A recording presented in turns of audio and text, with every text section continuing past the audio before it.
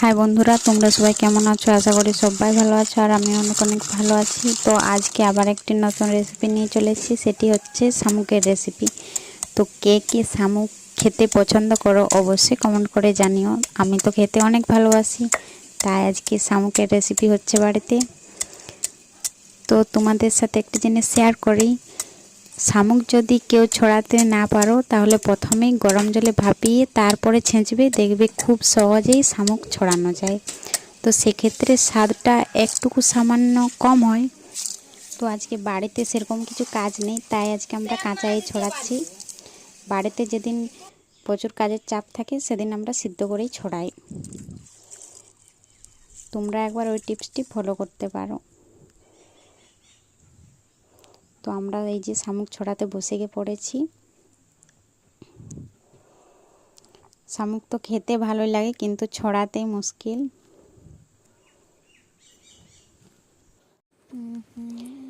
তো এই যে আমাদের অনেক শামুকই ছড়ানো হয়ে গেছে, প্রায় হয়েই এসেছে, আর অল্প হলেই হয়ে যাবে।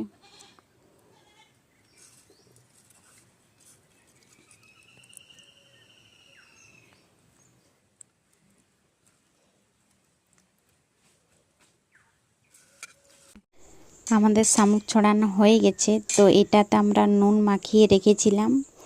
নুন মাখিয়ে রাখলে শামুকের মধ্যে যে কাদা থাকে না, সেটা চলে যায়। তো এখন ভালো করে ধুতে হবে। এটার মধ্যে কোনো কোনো শামুককে না ভালো বাছার কারণে হাড় থেকে যায়, তো সেটা ভালো করে বাছতে হবে।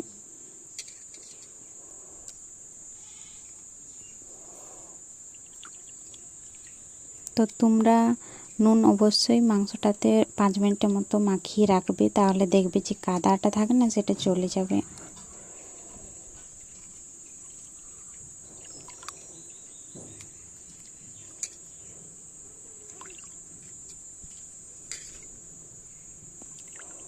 আমরা এটাকে আবার একবার ধুবো।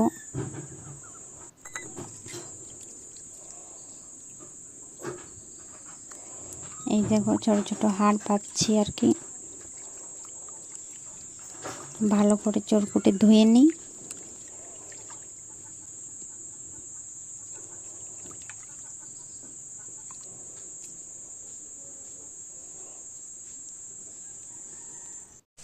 রান্না করতে বসে পড়েছি।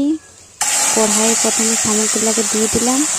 এটা থেকে জল বেরাবে, যে জল বেরাচ্ছে, এখন নুন দিয়ে দেবো। এখানে জলটা শুকনো হবে, শুকনো হলে নামিয়ে নেব।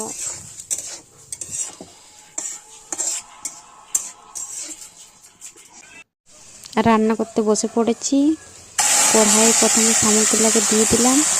এটা থেকে জল বেরাবে, যে জল বেরাচ্ছে, এখন নুন দিয়ে দেবো। এখানে জলটা শুকনো হবে, শুকনো হলে নামিয়ে নেব।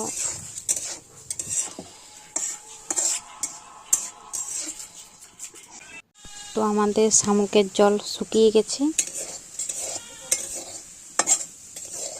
তো তোমরা দেখতেই পাচ্ছ আর কড়াইতে কোনো জল নেই। তো এখন নামিয়ে নেব। শামুকটাকে এখন একটা বাটিতে কেড়ে রেখে দিচ্ছি।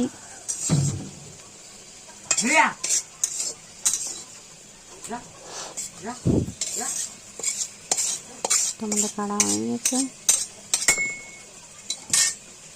এখন কড়াইটাকে ধুয়ে নেব। এই যে কড়াইয়ে তেল দিয়েছি, এখন পেঁয়াজ কুচানো দিয়ে দিলাম।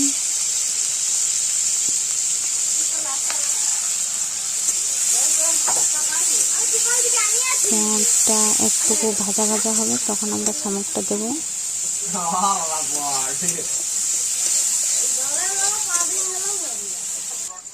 তো পেঁয়াজটা ভাজা ভাজা হয়েছে, তোমরা দেখতেই পাচ্ছ। এখন আমরা শামুকটা দিয়ে দেবো।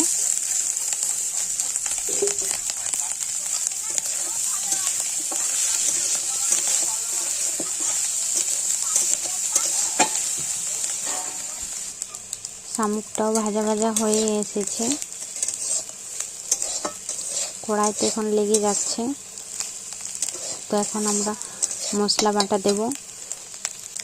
তো আমরা আগে থেকেই সরষা বেটে রেখেছিলাম, তো সেটাই এখন দেব।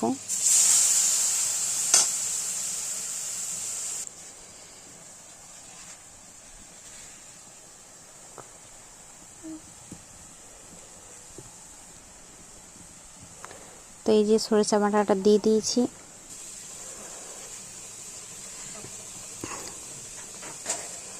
এখন পরিমাণ মতো হলুদ গুঁড়ো,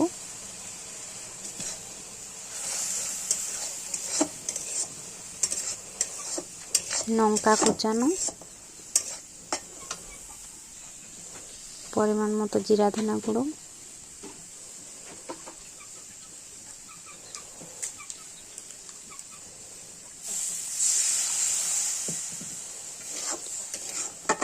আর পরিমাণ মতো লঙ্কা গুঁড়ো। তো তোমরা কে কীরকম ঝাল খাও সেই মতো লঙ্কা দেবে। আমরা একটু বেশি খাই তো তাই একটু বেশি করে লঙ্কা গুঁড়ো দিলাম।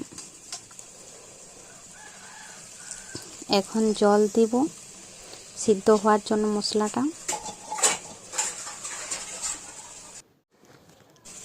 তো আমরা এখন ঢাকাটা খুলে নেব, দেখি হয়েছে কি না। তো হয়ে গেছে, দেখেছো কত সুন্দর হয়েছে। তো এখন আমরা এটাকে নামিয়ে নেব।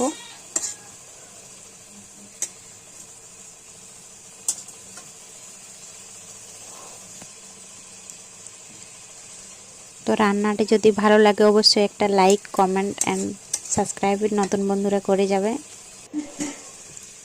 আর বাড়িতে অবশ্যই রান্নাটি করে দেখো, খুবই ভালো লাগবে। তো দেখেছো কত সুন্দর হয়েছে।